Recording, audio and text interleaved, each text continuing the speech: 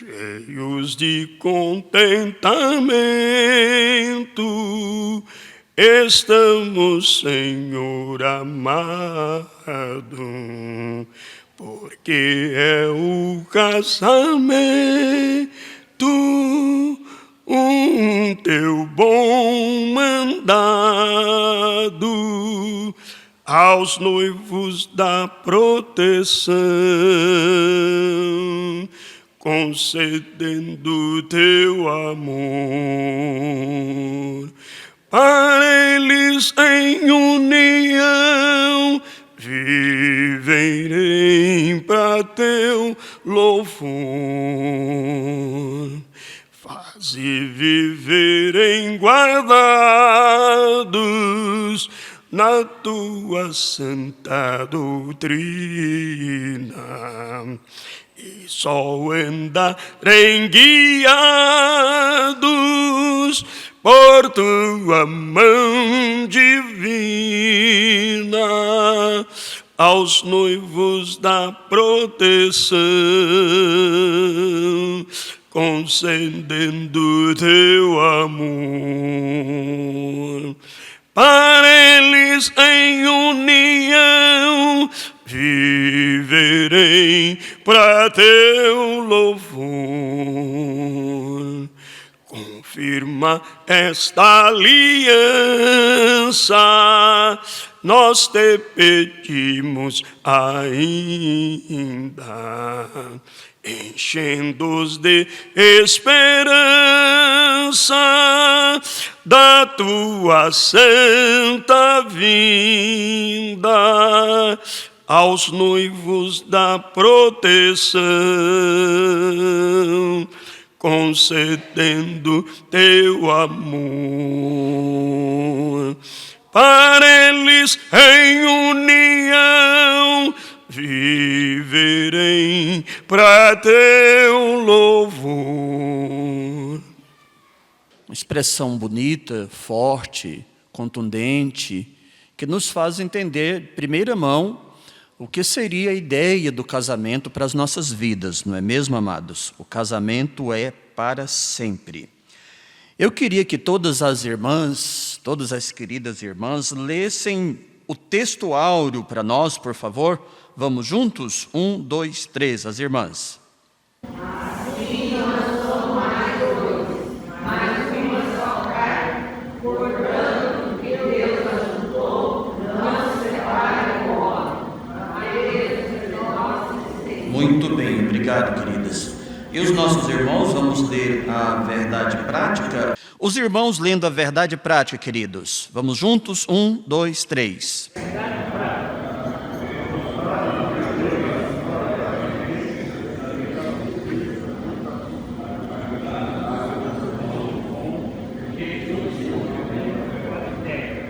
É verdade. Essa verdade prática é, de fato, muito verdadeira. Como já diziam alguns filósofos, né? É a verdade verdadeira. Né? Jesus ele condena o adultério e a vontade de Deus para o casamento é que ele seja vitalício. Por quê? O adultério tem sido o grande escape para o divórcio, para a dissolução, para a interrupção do casamento. Então, a Igreja do Senhor, como guardiã da bendita palavra de Deus, ela é totalmente contra o pecado do divórcio. Ele jamais terá livre ação no meio do povo de Deus.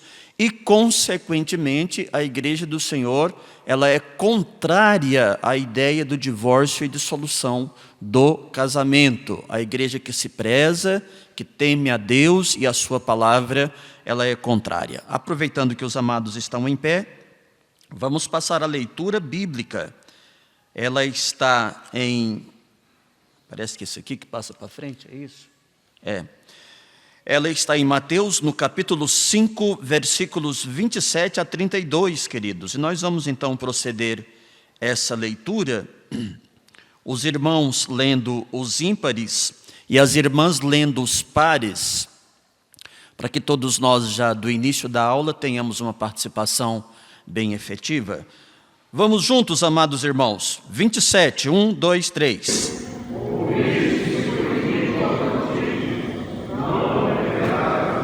Irmãs.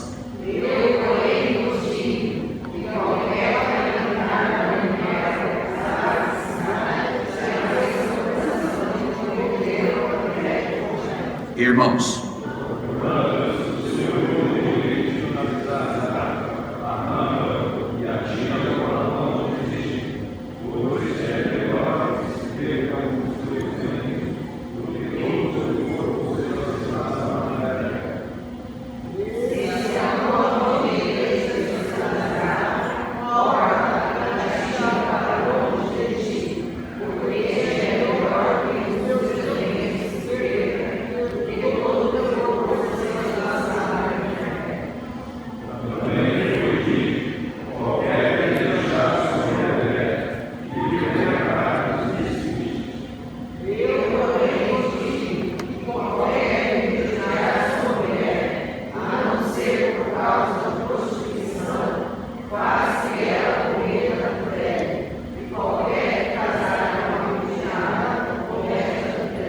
Obrigado pela leitura, queridos. Nossa lição ela está dividida em 3 tópicos e nós temos alguns objetivos que queremos alcançar nessa manhã. Esperamos em Deus que por sua bondade nós atinjamos esses 3 objetivos. Veja quais são eles. Qual o objetivo da nossa temática de hoje? Número 1, leia os irmãos. Apresentar a condenação do adultério. Objetivo número 1 da nossa lição. 2, amados, pode ler todos.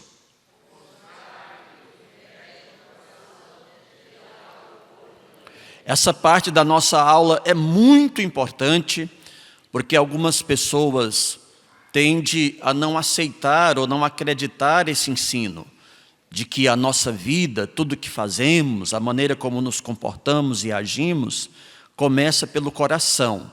E o coração aqui na aula de hoje vai ter a ideia de o homem interior, nosso íntimo, a nossa alma. E tudo, amados, começa por lá.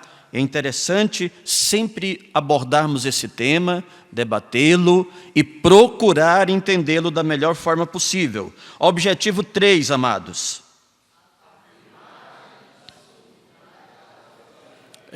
São objetivos primazes desta lição de hoje. Olha esse 3, afirmar a indissolubilidade do casamento. Então, esses 3 alvos propostos aqui mostram para nós a importância da nossa lição de hoje, queridos irmãos. E aqui na introdução, eu estou utilizando aqui na aula de hoje aquela mesma metodologia que gosto de usar, de pegar nossos comentários. Pastor Osiel Gomes é o homem usado por Deus para os comentários desse nosso periódico, desse trimestre, e eu pego esses comentários onde Deus usa muito o comentador da revista e transformo em itens, em letrinhas A, B, C, D, para ficar melhor para a nossa memória. O objetivo da didática é ajudar a nossa memória a aquilatar, assimilar com maior simplicidade aquilo que a aula do dia quer nos apresentar. E os irmãos podem notar aí na nossa introdução que nós aproveitamos, exploramos o comentário do pastor Osiel, a princípio, que a justiça que no Sermão do Monte, em que Jesus evidencia a justiça e o caráter do discípulo acima da postura dos escribas e fariseus, o Senhor Jesus ele tem uma proposta muito forte, muito grande ali. Ele não queria no seu tempo, e é claro que vale para os nossos dias, que o perfil cristão de um discípulo, de um seguidor de Jesus, fosse apenas aquele do fariseu e do escriba. Até porque os fariseus e os escribas tinham uma índole duvidosa, tinham um perfil espiritual duvidoso. Eles eram muito orgulhosos, muito arrogantes, muito exaltados em nome do conhecimento da lei, e sempre foram confrontados por Jesus. E o Senhor Jesus, em todo o sermão, que é o estudo desse trimestre, os irmãos sabem que estamos estudando do capítulo 5, verso 1 até o capítulo 7, verso 29. Pastor Osiel, na primeira lição, comentarista da revista, ele citou até o verso 28 do capítulo 7, porque o 29 é o fechamento, é a conclusão, é onde a Bíblia ensina que todos terminaram de ouvir o sermão da montanha e ficaram boquiabertos diante do Senhor Jesus sobre como ele ministrava com autoridade a palavra e não como os escribas. E aí você já nota no versículo 29 do capítulo 7 do Sermão do Monte a diferença entre o perfil de Jesus, né, como modelo nosso. O próprio Senhor Jesus, ele é o modelo número 1 de cristianismo, de fé, de vida espiritual, de crente. Ele é o modelo número 1, o Filho de Deus, que foi homem em todas as dimensões que os irmãos possam imaginar. E eles ficavam admirados em ver a diferença entre Jesus e os escribas, que julgavam conhecer tanto. E o pastor Osiel cita até o verso 28, que é o final do sermão. 29 é a conclusão ali do sermão por Mateus, pelo escritor Mateus. Então, nós vemos durante esse sermão de Jesus, uma das partes que ele cita isso aqui, ó. No Sermão do Monte, é o momento em que Jesus evidencia que a justiça e o caráter do discípulo ela deve estar acima da postura do escriba e do fariseu. A preservação do casamento, então, nesse tocante, foi um dos itens destacados por Jesus. Aliás, muito bem destacada. A questão da preservação do casamento é uma das partes que Jesus vai dar um excelente enfoque no Sermão do Monte. Os irmãos notam então que, diante de um texto, 5:1 até 7:29, de Mateus, em que nós temos o que chamaríamos o verdadeiro código de ética para a vida cristã, Jesus, ele toma boa parte desse sermão para enfocar o casamento, então já nota-se aí a grande importância que o casamento tem. E ali está o primeiro. O primeiro tópico da nossa aula, ele se subintitula de a condenação do adultério. E é aí que nós entramos no primeiro tópico dos nossos objetivos, que é um dos principais objetivos da nossa aula de hoje, é mostrar, revelar, afirmar como a Bíblia condena o adultério, não pode ter dois pesos, duas medidas. No decorrer da aula entenderemos também como tratar esse assunto na igreja. Hoje é uma aula para pensar nisso. Porque, a princípio, nós podemos entrar naquela grande tendência de supersantidade, de supersantarrões, e pensar que na igreja nunca aconteceu um adultério. É sério, é uma aula, então é melhor a gente pensar nisso. Vamos deixar o coração aberto e humilde para entender essas questões. Então, como tratar, como ver isso no âmbito da igreja? É sério, né, meus irmãos? Porque acontece. Então, note aqui, eu subdivido em tópicos para ajudar a memória dos amados. A palavra adultério, ela vem de um termo grego, mishuo, pronúncia mais ou menos grega, mas a gente termina transliterando para a nossa língua, Se você fosse soletrar na nossa língua, ficaria moisheuo, fica até mais difícil pronunciar na nossa língua. É mishuo, Mishuo. E o verbo no presente médio, ele é pronunciado mishia. Mishia, que nós temos o hábito, de transliterar como o moicheia, pronunciando na nossa fonética, O moicheia, que é adulterar, é adultério. Então, seja como for a pronúncia, já é digno de respeito aquele ensinador que tenta buscar lá na etimologia. Nosso Novo Testamento ele é grego. Esteja ele pronunciando certo ou errado o grego, já é louvável e digno de respeito, O ministrante, o ensinador, o pregador que procura buscar aprofundar mais a palavra. E uma coisa curiosa, por que é bom aprofundar mais na palavra etimologicamente, queridos? Porque quando se trata da língua grega e da cultura grega, há uma diferença da prática pecaminosa do adultério para homem e para mulher. Vamos entender melhor. Olha lá. Letra A. Partindo do homem, Esse termo, na sua etimologia e também dentro ali da cultura grega, ou greco-judaica, não tem nenhum pecado usar essa expressão, seria o que para o homem, queridos? Você vai notar lá, que para o homem, essa palavra significava cometer o adultério, ser adúltero, entendeu? Significava, o pastor Osiel explicou muito bem, eu só estou trocando a miúdos para os irmãos, para ficar melhor, tá? Pastor Osiel explica muito bem nesse tópico, olha, é ser um adúltero, é cometer, é ter a relação sexual ilícita com a mulher do outro. Ficou meio redundante aqui, mas você pode dizer ter relação sexual ilícita ou ter uma relação sexual com a mulher de outrem.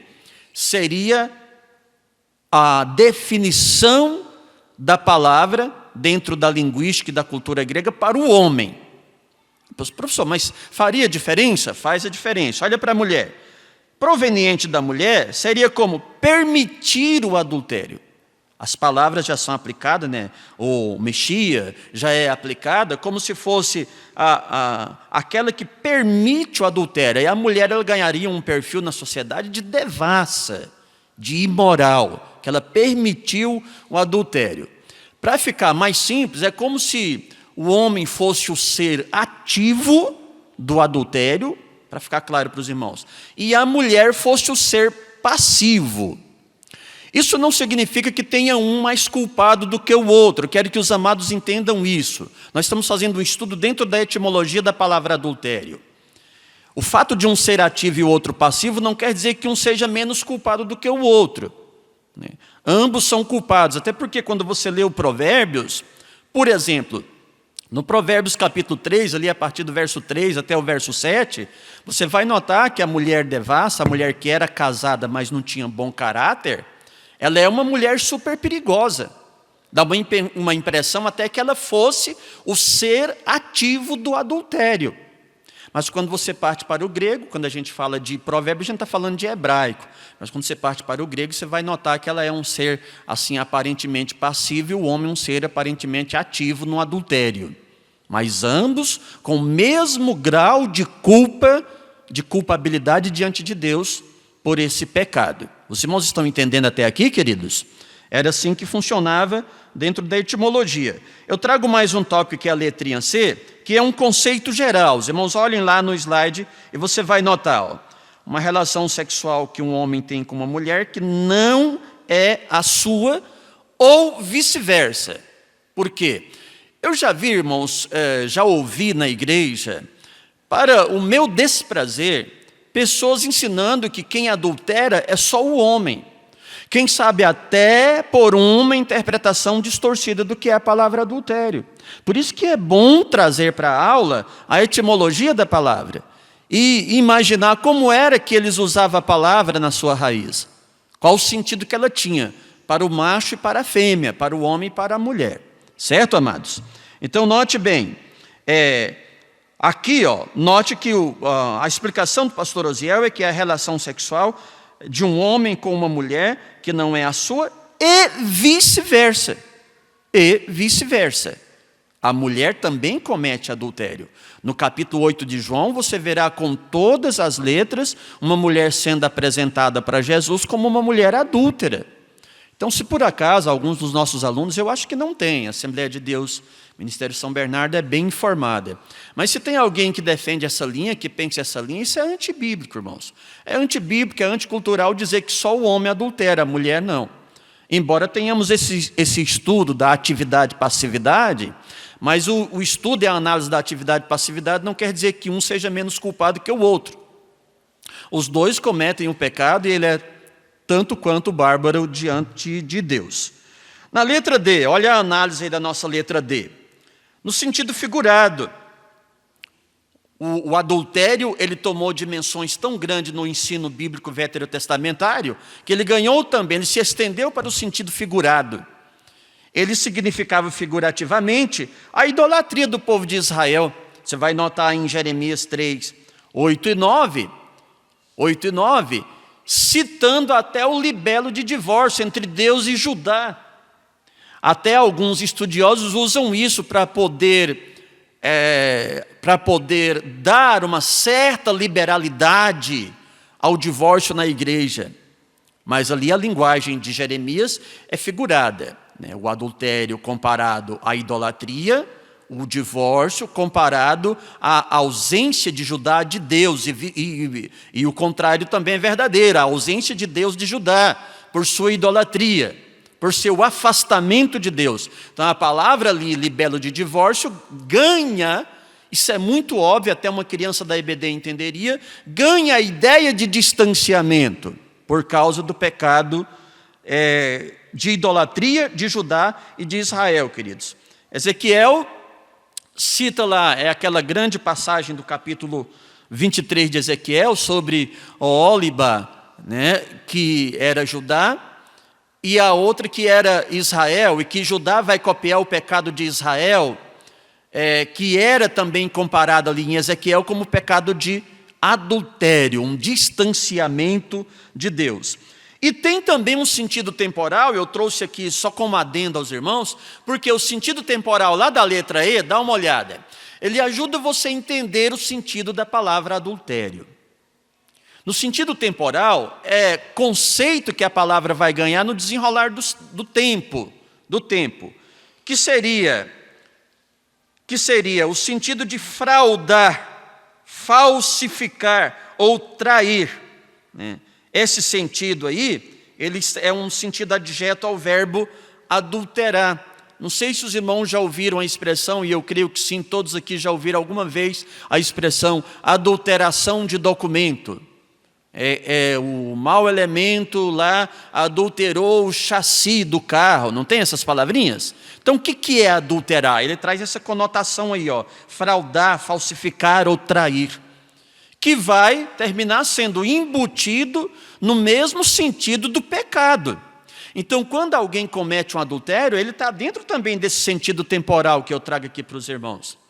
Ele rompeu com um princípio. Ora, se Deus disse, e serão os dois uma só carne, e um resolve ter uma relação com um terceiro elemento, então rompeu um princípio, os irmãos concordam? Daí essa palavra ser usada, essa palavra feia, né, adultério, ou o verbo adulterar, né, ou o adjetivo adúltero, adúltera, que tem essa conotação de alterar um princípio, alterar uma regra. Muito bem, amados irmãos. Ainda continuando esse tópico, eu trouxe aqui mais algumas informações, que são aquelas ali. Os irmãos notem ali que... Vocês podem ler juntos, queridos, só para todos vocês participarem? Vamos juntos? 1, 2, 3. Jamais...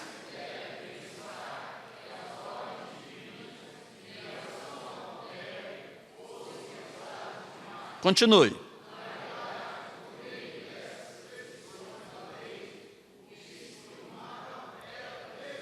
Preservar. Eu coloquei 2 pontos porque eu peguei os itens que estão na revista, no comentário do pastor Osiel, e coloquei aqui em forma de item A, B e C. Olha lá, preservar o quê, queridos? Letra A. Letra B. Letra C. Pronto. Então, a exigência divina, a exigência bíblica, não adulterarás. A condenação que a Bíblia traz em todo o Novo Testamento ao adultério não é nada pesado demais para a igreja. Porque Deus tem um propósito, um objetivo muito grande. É preservar o casamento, preservar a fidelidade conjugal, é preservar a família. Note aí, queridos, que são 3 itens importantes. O casamento, depois do adultério, a igreja ela ensina o princípio do perdão. Mas sempre haverá um preço a pagar. Ainda que o perdão ocorra, mas é a preservação do casamento que tem como foco principal a exigência de Deus, não adulterarás. A fidelidade conjugal. O não rompimento do compromisso feito. A não quebra da aliança. A fidelidade conjugal. Deus só quer isso. E a preservação da família, porque o adultério aberto, escancarado, ele é a destruição de toda a família. São muitos casos de adultério que ocorrem quando a família já está construída. Já tem o marido, já tem a esposa, já tem os filhos. Um dos dois resolve romper a relação por meio do adultério, porque não tem outra palavra senão, amados, rompimento. Nós acreditamos no milagre.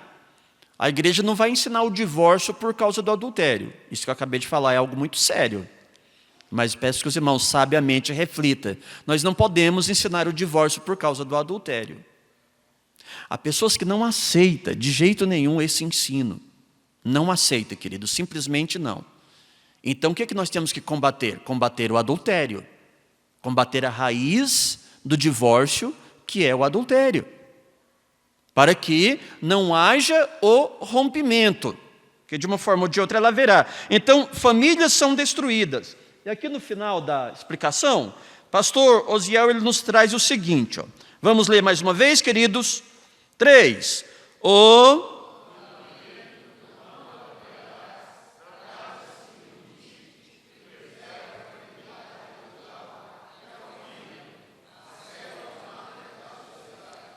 Olha lá o que eu destaquei.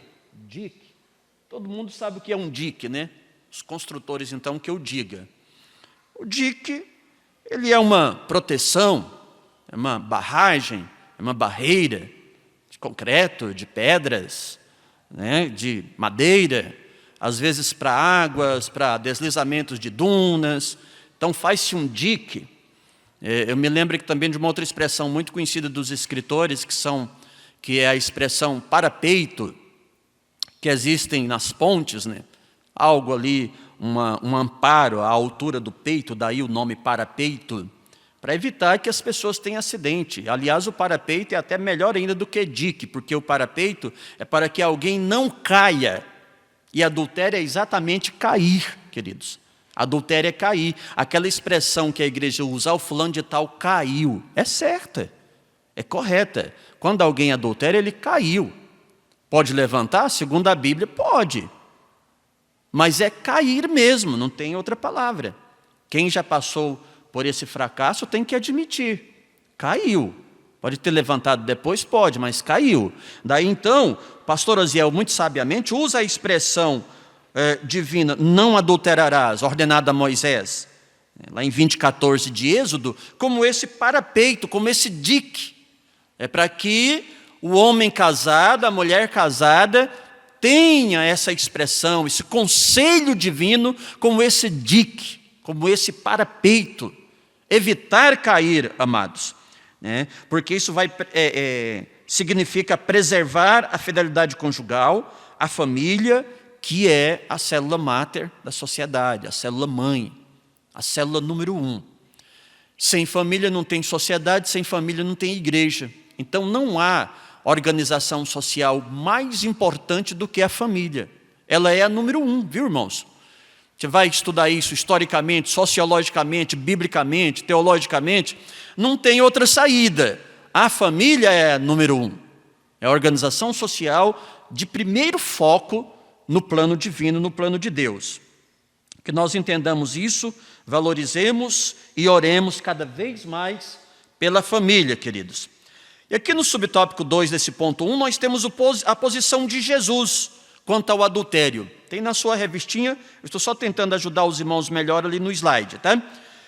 Qual o posicionamento do Senhor Jesus sobre o adultério? O Senhor Jesus, como mestre divino por excelência, ele traz com grandes detalhes qual é o caminho percorrido para o adultério e para a destruição da família.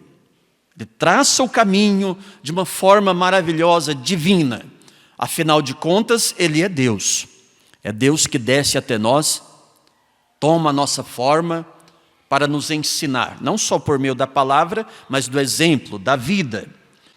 Então eu tenho aqui, na continuação ainda desse tópico, que no sermão Jesus evidencia a importância de homens e mulheres. Eu coloco 2 pontos lá, porque eu quero mostrar para os irmãos qual é essa importância que Jesus evidencia, dividida aqui em 5 tópicos. Que importância que Jesus evidencia tanto para homem quanto para mulheres, amados, no tocante ao perigo do adultério. Porque ele é um perigo.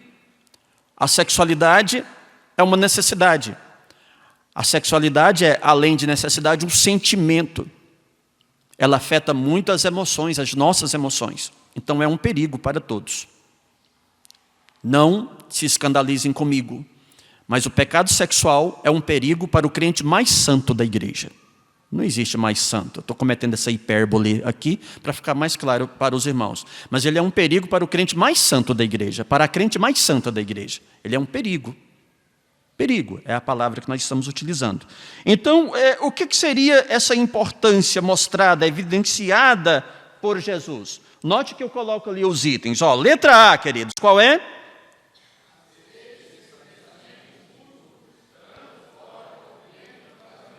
Porque a fornicação ou prostituição, que aí a gente já lembraria de um termo grego chamado porneia, geralmente se pronuncia porneia dentro da fonética brasileira, que é a prostituição, é todo tipo de promiscuidade, muito condenada pelo Novo Testamento. A promiscuidade, a fornicação, é totalmente condenada pela Bíblia. O mundo jamais aceita isso. O mundo diz que jovens, adolescentes, têm que começar as suas experiências sexuais o mais cedo possível. Esse é o ensino do mundo. É por isso que Jesus disse, não ameis o mundo, nem o que no mundo, porque tudo que é lá, concupiscência da carne, dos olhos, concupiscência da vida, não é de Deus. É do mundo mesmo, é coisa peculiar dele, do mundo. Por isso que igreja imunda é que nem água e óleo, não se mistura, queridos. Igreja e mundo não se mistura. O mundo pensa assim, mas olha, a primeira coisa é abster-se de pensamentos impuros, tanto fora como dentro do casamento. E pensamentos impuros, quem segura pensamentos impuros? Quem sabe o que você está pensando? Quem sabe o que uma mulher pensa, o que passa pela mente dela quando ela usa aquela veste que não está muito bem adequada para ela ficar no meio das pessoas? Quem é que sabe o que os outros pensam? A menos que Deus o revele? Então, pensamentos, queridos, olha onde nasce, pensamentos impuros, tanto entre solteiros como entre casados, tudo começa por aí. Então a igreja jamais ela deixará de ensinar ao seu povo a ética, já que nós temos uma tendência muito forte de desprezar a expressão usos e costumes, então vamos usar a expressão ética. Ética existe e é cabível em todos os lugares, queridos, até nos meios seculares. Eu me lembro que eu aprendi a andar barbeado, assim, tudo liso. Você nota que eu não gosto de bigode, não uso nada. Por causa de um código de ética, de um banco onde trabalhei, Bradesco. Na época eu não aceitava barba, pastor Tarcísio. Olha, um banco. Me lembro que no meu primeiro dia de trabalho, o chefe de expediente me chamou e disse, olha, Mara, que não pode barba, tá? Você pode olhar aqui que a minha está feita, não está tão bem feita, meu estojo não estava muito bom, mas está feita. Então você não pode vir de barba para o trabalho. Era uma ética do banco. Hoje em dia parece que eles quebraram isso, né? Depois da morte do Amador Aguiar, muita coisa mudou no Bradesco.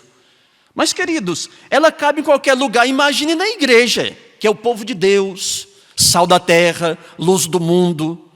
Então muita gente foge com a ética, e esse fugir da ética pode provocar pensamentos impuros com relação às vestes, ao modo de se comportar, ao modo de falar.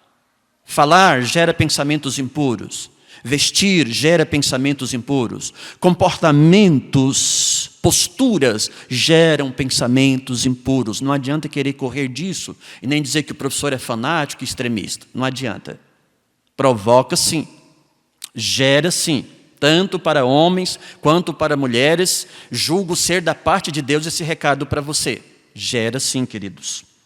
Letra B, o que diz a B, amados? Leiam. Quais? Pronto, então meu pensamento e do pastor Osiel é o mesmo, a gente pensa igual. Não é só nós dois, eu sei que todos nós aqui. Amém, amados? Pensamos igual. Letra C, queridos.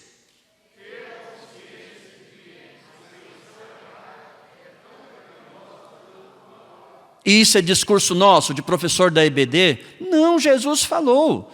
Jesus replicou os seus ouvintes ao dizer, leste o que foi dito, não adulterarás. Eu, porém, vos digo. Quando ele coloca essa conjunção coordenativa, que é adversativa, dando ideia contrária, se prepare que lá vem ensino de Jesus. Lá vem ensino de Deus por meio da pessoa de Jesus. Ele diz, não é só não adulterarás. Mas qualquer que atentar para uma mulher, ele está falando do macho, qualquer que atentar para uma mulher com a intenção impura em seu coração, ele já cometeu adultério. Ele já cometeu adultério. Veja, Jesus não disse ele já consumou. Nossas versões, essa aqui que eu falei no início da aula, que ama essa versão, usa o verbo cometer. Não usa o verbo consumar. Cometer. Ou seja, no coração, isso já é cometido. Então, qualquer olhar pernicioso, pecaminoso, carnal, para o sexo oposto, segundo o ensino de Jesus, e glória a Deus que é o dele, não é o nosso, não é de pastor, já é um cometimento, embora não seja uma consumação do adultério. E aí você entende que ser santo não é tão fácil assim, não é? Ser um crente santo não é tão fácil assim. Porque carnalidade, ela não está em nossas atitudes, não está em nossas ações, ela está em nosso pensamento. Ela começa lá. Então não é tão simples quanto se pensa ser santo, já que o meu pensamento pode me contaminar. Todos estão entendendo, queridos? O meu pensamento pode me contaminar. Então, e eu não sei o pensamento de ninguém. Então, quando é que alguém vai poder provar para mim que realmente é santo, 100%? Note que é algo que é um alto preço a pagar, queridos. Letra C, amados, que diz?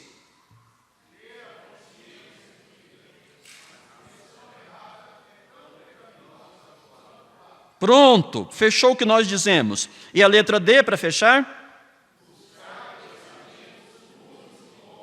Vamos lembrar Filipenses 4:8? Vamos ver quem lembra aí de memória. Escola dominical é lugar de desafios da aprendizagem, não é? Quem lembra? Quanto ao mais, irmãos, tudo que é... Tem 6 itens lá. Primeiro, verdadeiro. Tudo que é honesto. Tudo que é, quem lembra os outros 4? São 6 ao todo. Tudo que é puro, tudo que é justo, tudo que é amável, tudo que é de boa fama. Aí ele fecha dizendo, o apóstolo São Paulo, se há algum louvor e se há alguma virtude, é isso que deve ocupar o seu pensamento. Só coisas boas. Se eu não ocupar minha mente, meu pensamento com coisas boas, as ruins entrarão, sem dúvida. Terão espaço à vontade para entrar. Então, ocupar o pensamento, amados, com coisas boas, é o ensino da palavra. E aqui, para fechar esse tópico, nós temos os males do adultério. Olha ali. Os males do adultério. Quais são eles? Eu dividi aqui em letra A e letra B. Os irmãos, note aí, ó, que na letra A, eu falo de quê na letra A? Leiam. Isso, e eu dividi também em B. A letra B fala de quê? Leia lá. Tá, tem 2 pontos porque eu vou seguir aqui alguns tópicos para vocês. Mas olha só, o adultério e a infidelidade conjugal. Professor, você não cometeu uma redundância? Adultério e infidelidade não é a mesma coisa?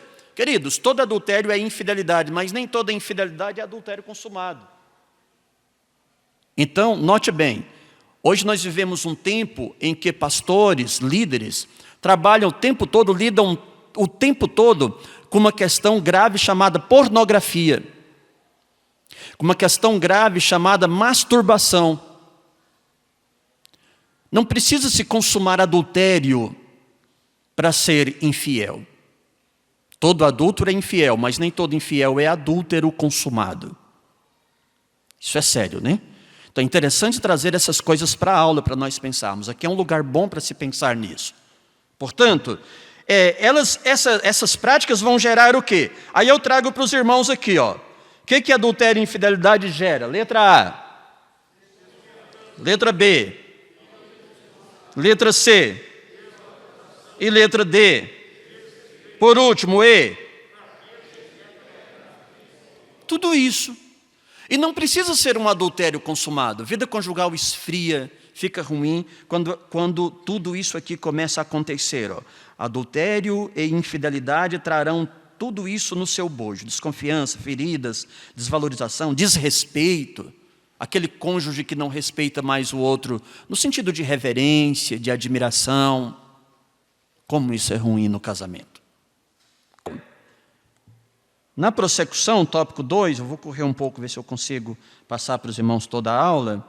Nós temos aí o que rege o coração, regerá, olha lá, o que rege o coração, regerá também o que, amados? O corpo. Seu corpo é regido pelo seu coração. Professor, vamos recordar o coração? Bora recordar o que é o coração. Pensamento, sentimentos, emoções. O que é coração? Coração é homem interior. Coração é tudo que se passa pelo seu mais íntimo. Isso é chamado de coração na Bíblia, né? Coração, o povo gosta de fazer. Não é o bolinho de carne, o músculo. Nosso âmago, nosso interior, certo? Olha, o que procede do coração. O pecado ele não está restrito apenas ao ato, amados, mas também a pensamentos impuros, malignos, cuja fonte é ele. Quem? O coração. Lá está ele, bem grandão, ó.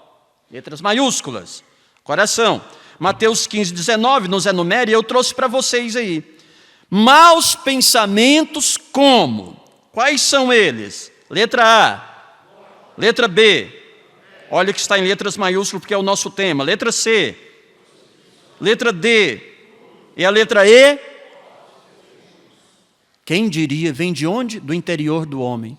Nada disso aí, amados, dessa lista de Mateus 5,19... começa na prática. Nada começa no real. Não. Tudo começa no pensamento. Note que esfera perigosa é essa do nosso coração. Quem ensina é o Divino Mestre, porque do coração procede os maus pensamentos. Aí lista tudo isso aí. Isso aí eu extraí lá da Bíblia, lá de Mateus 5,19 mesmo. Ensino de Jesus, registrado por Mateus. Isso não é pensamento nosso, filosofia nossa não, amados. Muito bem.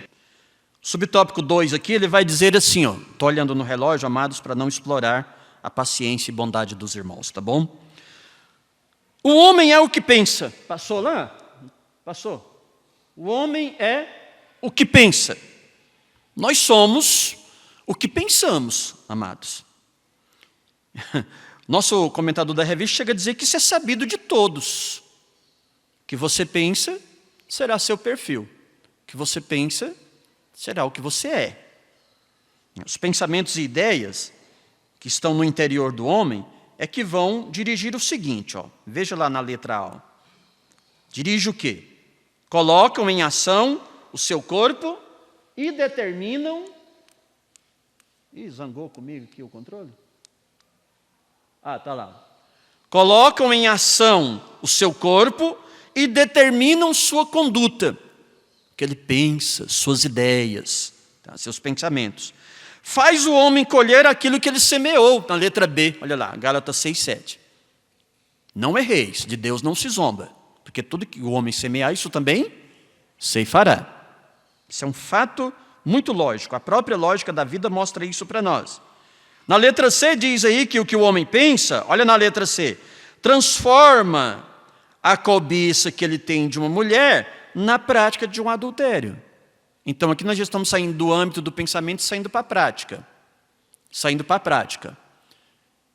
Tanto é, queridos, que o grande pregador Billy Graham, ensinando no seminário de jovens, ele mostrou 10 coisas para os jovens para evitar o pecado da prostituição.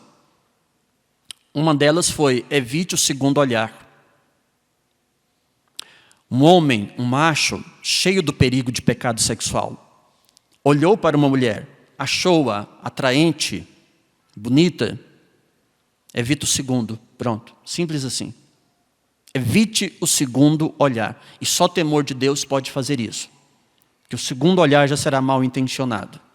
O primeiro talvez tenha sido involuntário, do segundo para frente começa a ser intencional, e o pensamento começa a ser alimentado, e aí o homem peca. Antes de consumar, pastor, sim, é o que a gente está aprendendo nessa aula. E aí o homem peca. E ele às vezes nem imagina que está em pecado. E está. Porque a Bíblia diz isso. Jesus ensinou isso claramente no Sermão da Montanha, amados. Então note, faz com que o homem transforme a cobiça por uma mulher numa prática de adultério. Que coisa, não é? Na letra D diz que faz da cobiça uma semente que gera o fruto do pecado. Isso é o que o homem pensa. Note que tudo nasce no seu homem interior. E também, por último, leva o homem a ser enganado por si próprio. Curioso, né, queridos? O culpado de um homem que comete pecado sexual é aquela mulher atraente? Não, é ele mesmo. O culpado de uma mulher que cai em pecado sexual é aquele homem bonito, atraente? Não, é ela mesma. Segundo a Bíblia. Como a Bíblia é justa, glória a Deus. Como a Bíblia é justa. Seres humanos não. Seres humanos são juízes. Julgam, promovem seus pensamentos, suas filosofias e pronto. Mas a Bíblia é perfeita. Perfeita. Em Tiago 1, 14 e 15, diz que o homem, ele é enganado por sua própria concupiscência, sua própria. A palavra própria está clara lá no verso 14. E sendo uma vez engodado por essa concupiscência, o que acontece? Ela concebe. Conceber é o mesmo que a gente lembra de ficar grávida, né? Ela concebeu. Se ela concebeu, ela vai dar à luz a quê? Ao pecado. Então veja como a metáfora de Tiago é maravilhosa, é perfeita, para nós pararmos de julgar as pessoas, especialmente nesse tocante, nesse tipo de pecado. E para as pessoas também que caem em pecado pararem de interpretar diferente. É que foi o diabo, é que foi aquela mulher tentadora, é que foi aquele homem tentador, que nada. É por isso que o cônjuge traído, a primeira coisa que ele chama o cônjuge que traiu é de sem vergonha, não é? Ele não mede palavra para falar, não, você foi um sem vergonha mesmo. Sabe que tem razão? Tem razão. Não, você foi uma sem vergonha mesmo. Essa é a palavra que os cônjuges traídos, zangados, aborrecidos, magoados dizem para o outro. Tem fundamento. Porque ninguém é culpado pelo pecado do outro. A gente tem que parar com essa mania. Muitos têm como tema central Satanás, né? Satanás é culpado dos meus pecados. Ele está torcendo para você pecar, isso não resta dúvida. As insinuações podem até ser dele. Um homem insinuante, sexualmente, pode ser um instrumento do diabo, sim. Uma mulher insinuante sexualmente pode ser um instrumento de Satanás, sim. Agora, cair é com você. Cair é com você. Não tem que ensinar diferente, irmãos. Não tem advocacia para isso, querer advogar isso, porque a Bíblia ensina sim. A menos que eu queira colocar a Bíblia abaixo de pensamentos por aí, porque achismo tem muito, não é? A gente sabe disso. A axologia é um estudo profundo na igreja. Teologia ninguém quer, mas axologia é uma bênção, né? Eu penso assim, para mim não deve ser assim, tem que ser assim. E nessa brincadeira, querido pastor Tarcísio, muitos crentes confrontam até a palavra de Deus com seus achismos. Não querem entender e obedecer à palavra. Jeremias 17:9 também falava disso. Eu acrescentei aqui aos comentários do pastor Osiel, porque tem muita gente que pensa, eu sou durão, eu sou um crente pedra, rocha, nada me abala. E Jeremias vai dizer assim, enganoso é o coração. Enganoso é o seu coração, quem o conhecerá? Um alerta para todos nós. Enganoso é o coração. Eu tenho ainda a letra F ali, a F, a G. Olha o que diz a F, evidenciar-se-á no viver diário de uma pessoa aquilo que ele pensa, viu, irmãos? Por meio de seus atos. Porque o que ele pensa terminará vindo a concluir-se. Se ele não vigiar, por exemplo, vamos pensar no crente. O crente pelo menos tem a oportunidade de dizer, o sangue de Jesus tem poder, sou lavado pelo seu sangue, Jesus. Vou sair dessa, estou fora, eu sou crente, sou santo. Glória a Deus. O homem sem Deus já não vai pensar assim. Ele vai até consumar. E é lamentável dizer que tem muitos crentes que também já estão em Jesus e na igreja, mas que não vão dar vazio aos seus pensamentos. E quando ele der evasivo aos seus pensamentos, ele vai consumar. Isso se revelará nos seus atos. Conduz o homem a produzir as obras da carne, seus pensamentos. Não é Satanás, não é o outro, não é a outra. São seus pensamentos, o seu homem interior. A gente fecha aqui dizendo, ninguém, absolutamente ninguém, irmãos, está isento de tentações. Gostei da simplicidade do nosso comentador da revista. Ninguém, simplesmente ninguém, está isento de tentações. Mas é preciso revestir-se do novo homem interior, produzido por Cristo, para que jamais se cometa os atos pecaminosos por meio do corpo, daquilo que está sendo concebido no pensamento. Não pode. Efésios 4, 24 fala disso, Romanos 6, 12 e 13 também. A saída é pedir para Jesus fazer o quê, amados? E nos dá novo coração. Se o coração está meio velho, empedernido, está meio lá no passado, pede a Deus coração novo, amado. Ele dá. Quantos acreditam nisso? Ele dá, Ele transforma, Ele faz de nós crentes santos. Crentes com verdadeira comunhão. E aí a gente vai deixar de alimentar essa ideia de divórcio e separação na igreja. Êxodo 11, 19, 18 e 31 nos dará conta de Êxodo 11, 19, é Ezequiel que eu queria. Ezequiel 11, 19, 18 e 31 nos dará conta da ideia do novo coração.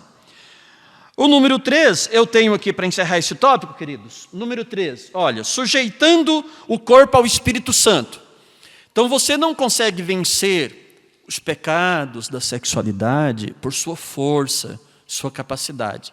Você consegue vencer com vida espiritual, equilibrada, aprofundada. Olha aqui, ó, sujeitando o corpo ao Espírito Santo. Nesse início de comentário, o nosso narrador ele apresenta aqui uma questão de que Jesus usou, ali do segundo parágrafo para frente, ó, depois de Gálatas 5,16, ele diz que Jesus usou ali, ó, a partir dali, ó, Jesus, o que ele fez? Ele fez uso de linguagem, de figuras de linguagem. As figuras de linguagem são muito usadas na Bíblia, todas elas, em suas 4 dimensões. Figura de palavras, figura de pensamento, figura de sintaxe, figura de construção. É usada na Bíblia toda. Um dia eu fiz um estudo na Bíblia só sobre isso, para ver se, eu gosto muito de língua portuguesa, se as figuras de linguagem, elas faziam presente na Bíblia. Fazem, irmãos, de Gênesis a Apocalipse. O pastor Osiel está coberto de razão. Jesus usou, por exemplo, uma das figuras que é a hipérbole. Hipérbole. Ele usa a metáfora hiperbólica para poder apresentar o que nós deveríamos fazer para vencer as tentações sexuais que existem em todo ser humano. Tá? Esses instintos tão naturais do ser humano, mesmo sendo ele um crente maravilhoso. Tá? Note aqui. Primeiro eu quero definir para os irmãos o que seria a hipérbole, essa figura de linguagem tão conhecida. Ó, as hipérboles que Jesus utilizou ali. Professor, e o que é hipérbole? A hipérbole é o ato de falar exagerando. É um exagero, de preferência bem absurdo que a gente faz. Jesus usou muitas figuras em suas pregações. Concordo com o pastor Osiel que aqui ele usa a hipérbole sim, quando ele diz, ó, arrancar os olhos, arrancar o olho direito, cortar a mão direita. Se não tiver cuidado, vai fazer disso aqui uma literalidade. Se fizer uma literalidade, vai se tornar um fanático. Vai começar a mutilar o corpo em nome da Bíblia, dizendo que Jesus mandou. Que pobreza, de interpretação. Não é isso. Aqui é a hipérbole. É a hipérbole apresentada. E no outro tópico eu tenho a hipérbole aplicada. Olha lá, ó. Aplicação da hipérbole. Qual seria a aplicação quando Jesus diz isso, amados? Trata-se da exclusão do olho ou da mão de toda prática de pecado. Então, isso que o meu olho faz pecando, está excluído, ele não vai fazer mais, está cortado, está arrancado disso aí. Está arrancado disso aí. E hoje tem muitos, dentro da sexualidade, tem a pornografia, tem o comportamento inadequado de homens e de mulheres na nossa sociedade. As pessoas perderam o pudor com seu corpo. Mas eu quero ver a luz da Bíblia. A Bíblia, para mim, tem em primeiro lugar. Tem em primeiro lugar garantido. A luz da palavra. Qual a perspectiva? Letra A igreja lendo.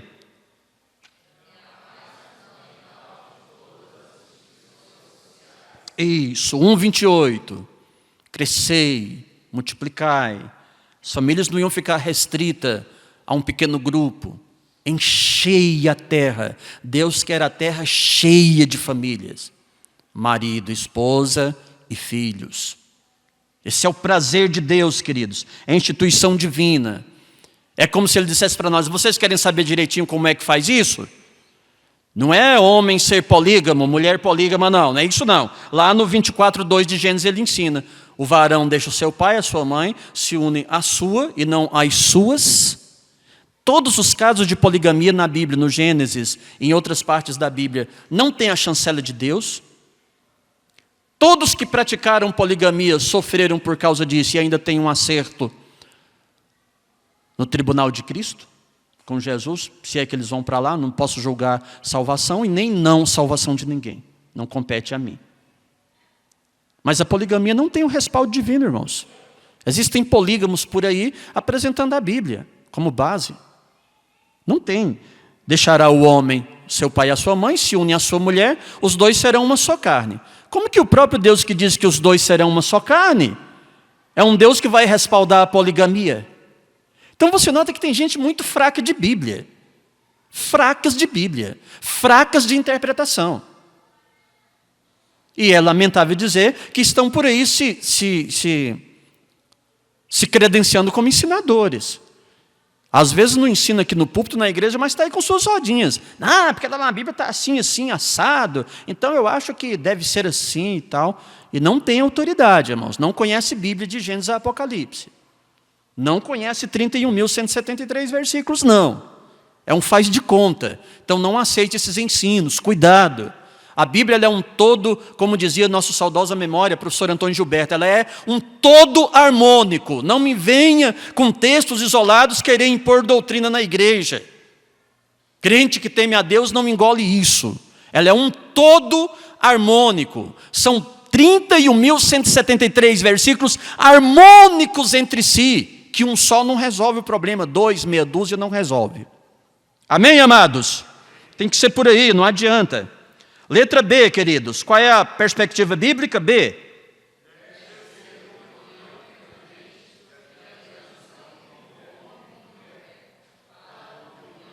Única, para uma união única.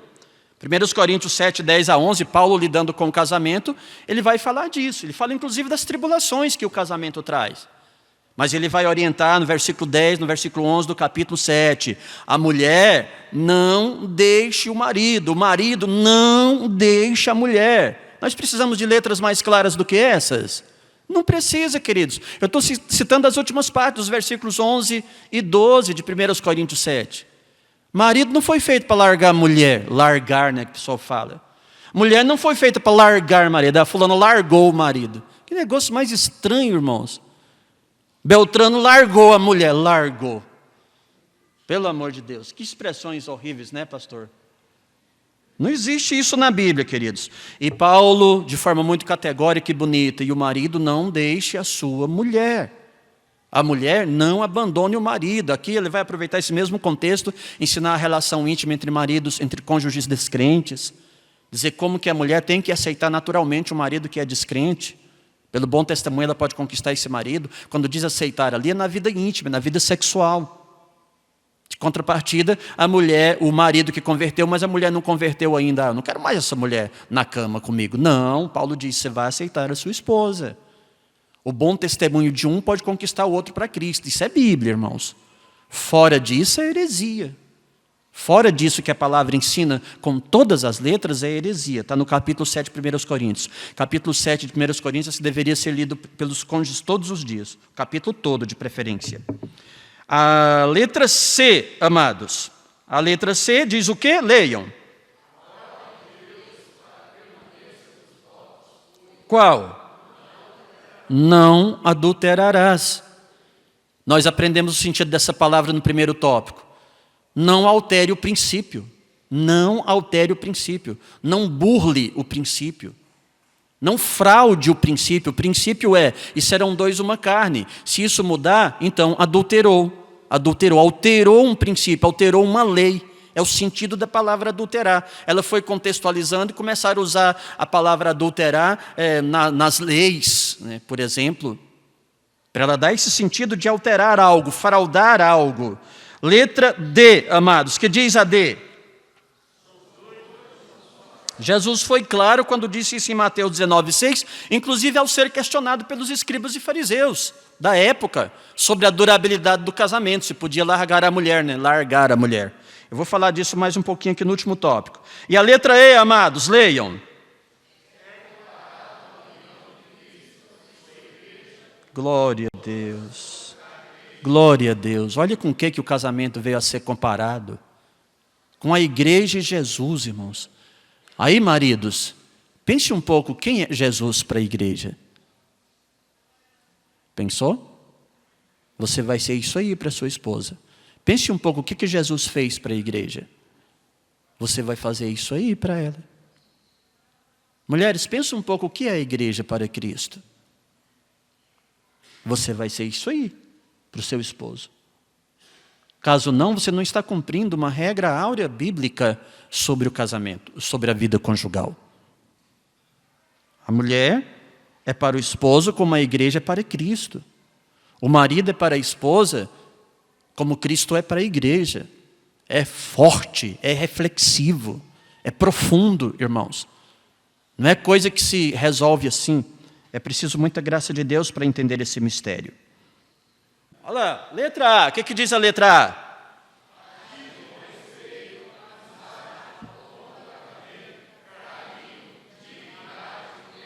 1 Pedro 3,7. E vocês, maridos, interaja e haja com ela com entendimento. Dai honra para ela como vaso mais fraco, para que ela seja herdeira com você, marido, da graça da vida. Você sabe o que é a graça da vida ali? As alegrias, as felicidades, os momentos juntos. A graça ali não é a graça salvífica. A palavra graça, um dia eu preguei aqui na igreja sobre a palavra graça, a riqueza que ela é. Então ali é a graça. Pedro faz questão de colocar uma locução adjetiva, da vida. Graça da vida. A Bíblia tem que ser interpretada em seus mínimos detalhes. Caso contrário, a gente se embaraça. A graça da vida é a alegria, o prazer, o contentamento, a felicidade. Tudo que a vida, apesar de seus maremotos e terremotos, tudo que ela tem a oferecer para a vida a dois. Tem que ser vivida. E a Bíblia chama a mulher de herdeira da graça da vida com o marido. Olha que coisa linda, irmãos. É isso aí, ó. Letra B, igreja.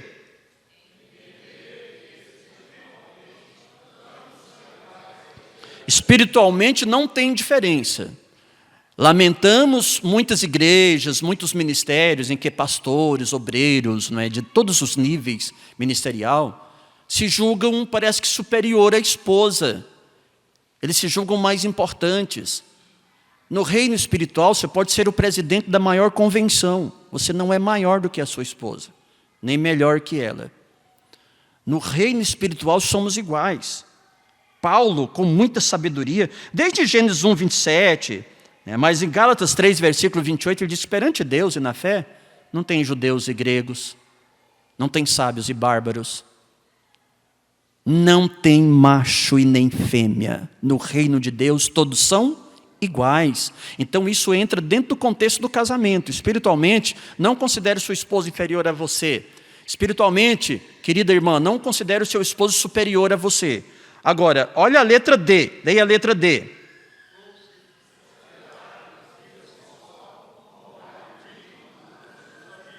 Sim, porque nós pulamos a C, não foi? Volta na C, só para nós fecharmos. C e D tem que estar juntos. Letra C. Sim, aí já é diferente. A vida 2, vida humana, vida social tem diferenças grandes. Quando eu dou meus estudos, eu procuro muito, além da teologia, que é o carro-chefe de todos os nossos estudos, a Bíblia, não é? Nós vamos também para estudos, por exemplo, da sociologia, da psicologia, e notar como papéis se distinguem dentro do casamento. O casal tem que entender isso. Há obrigações distintas a partir da vida íntima. Coloquei entre parênteses lá, não sei se os irmãos repararam, ó, quando eu digo vida 2 ali, é a íntima. Há obrigações distintas. Paulo vai dizer assim, vocês casais, não defraudeis uns aos outros. O marido paga à mulher a devida benevolência, a mulher paga ao marido a devida benevolência. Você sabia que ali Paulo está tratando da vida íntima? Você não pode desligar nunca disso. E saber que é uma dívida, e saber que é um compromisso, que ela tem com ele e que ele tem com ela. Então aí os papéis se distinguem. A letra Deus amado já leu, que é considerar a vida sexual como algo digno à luz da Bíblia. Foi para isso que Deus estabeleceu o casamento. E Hebreus 13:4 diz, venerado seja entre todos o casamento e o leito sem mácula. Sem mácula aqui quer dizer sem pecado sexual, sem adultério, sem traição, sem infidelidade.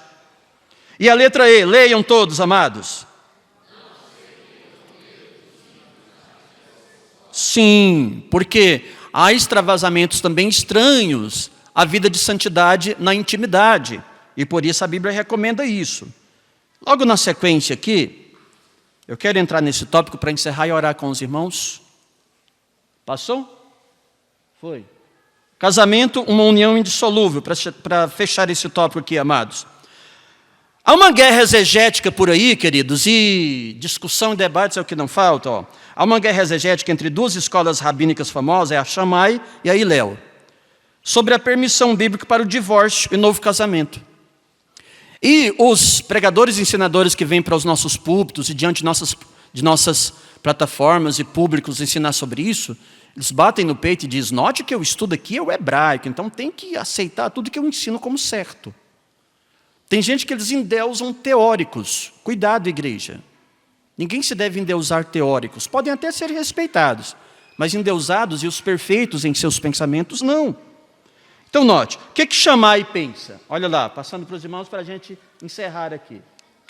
Shammai, eles falam da impureza causada pelo adultério que permitia a carta de divórcio. Então, o adultério, ele contamina o casamento. A única forma de purificar o casamento de novo é divorciando-se.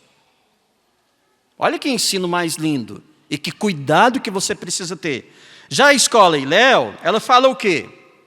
Qualquer desagrado da parte do marido poderia dissolver o casamento. O sangue de Jesus, irmãos. Não é isso. Aí eu coloco ali embaixo, ó, veja o que tem nessa última linha aí. Na última linha, o que tem? É melhor? Sim, ficar com a Bíblia. O debate, amados, está em Mateus 19, 3 a 9, Deuteronômio 22, 3 a 21, e Deuteronômio 24, 1 a 4. Vou explicar rapidinho para nós orarmos. Faltam 10 minutos, peço perdão aí, porque quase estourou o tempo. Mateus 19, 3 a 9, é o debate de Jesus e os fariseus, em que eles dizem que Moisés mandou dar a carta de divórcio. E Jesus disse assim, não. No princípio não foi assim. Deus estabeleceu macho e fêmea, e disse que o homem deixaria o pai e a mãe, se uniria à mulher, e seriam os dois uma carne. No princípio não teve a ideia de divórcio e separação. E eles falam assim, mas então como que Moisés mandou dar a carta? Está lá em Deuteronômio 24. Agora, olha a palavra de Jesus que poucos estudiosos atentam para ela. Jesus diz assim, ó, por causa da dureza dos vossos corações, Moisés permitiu dar a carta de desquite. Por causa de quê, igreja? Da dureza. E o que era essa dureza? Você não descobre a dureza de coração dos homens da época de Moisés se você não for em Deuteronômio 22, aquela referência que eu cito ali, ó. Irmãos, pasmem vocês, mas aquela referência diz que o homem, na noite de núpcias, já tem crianças e jovens aqui, mas não é nada tão pesado, tá? Se ele descobrisse que a sua esposa ela estava desvirginizada, ele poderia devolver a esposa para os juízes e ela seria apedrejada. Isso é ou não é coração duro? Jesus fala, por causa da dureza do vosso coração. Isso era tanto que alguns maridos mentiam. Falam, eu vim devolver a filha porque eu casei com uma moça desvirginizada, eu não aceito isso. Aí eles iam pesquisar. E havia uma tradição de guardar os lençóis da noite de núpcias. E então os pais provavam, não, senhor, minha filha não era desvirginizada. Ela era virgem. E aquilo sendo comprovado, o cidadão ia ser açoitado, pagar 100 moedas como multa e viver com aquela menina pelo resto da vida, porque ele mentiu. Ele é quem era castigado. Mas caso fosse verdade, irmãos, a menina era morta apedrejada. Jesus chamou isso de como? Dureza de coração. Por causa da dureza dos vossos corações, Moisés então deu a carta de divórcio. Aí no verso 24 vem a tal carta. O que era a tal carta? O homem casava com a menina. Na noite de núpcias, lá diz coisa feia, alguma versão diz coisa indecente. Coisa feia ou indecente, não é que a menina falava feio, que ela tinha barba, que ela falava grosso, ou que ela tinha uma ferida. Não era nada disso. Era só pecado imoral, de imoralidade, de fornicação. Se ele descobrisse a tal coisa feia, ele ia, em vez de levar perante o juiz e devolver para o pai, ele ia dar uma carta de divórcio. Entendeu por que Jesus falou? Por causa da dureza dos vossos corações, Moisés permitiu. Inclusive, quando Jesus fala de dureza dos corações, vou falar uma coisa que não se escandalizem comigo. Ele não tem nada contra você casar, você ter casado com desvirginizada. Ele chama, aliás, isso de coração duro, ter que levar a mulher para ser apedrejada e morta. Ele chama de coração duro.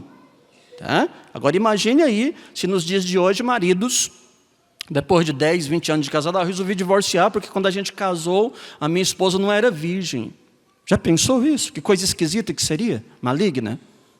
Então não cola, esse argumento não cola. Daí então, queridos, esse foi o motivo que Jesus falou, mas Jesus defende com todas as suas forças, em Mateus 19, ali do 3 a seguir, com toda a sua autoridade. O que Deus uniu, não... Vamos ficar em pé para a gente orar? Nessa oração, eu queria te convidar para ler a... Vamos ler junto a conclusão para nós orarmos, queridos. Vamos juntos? 1, 2, 3.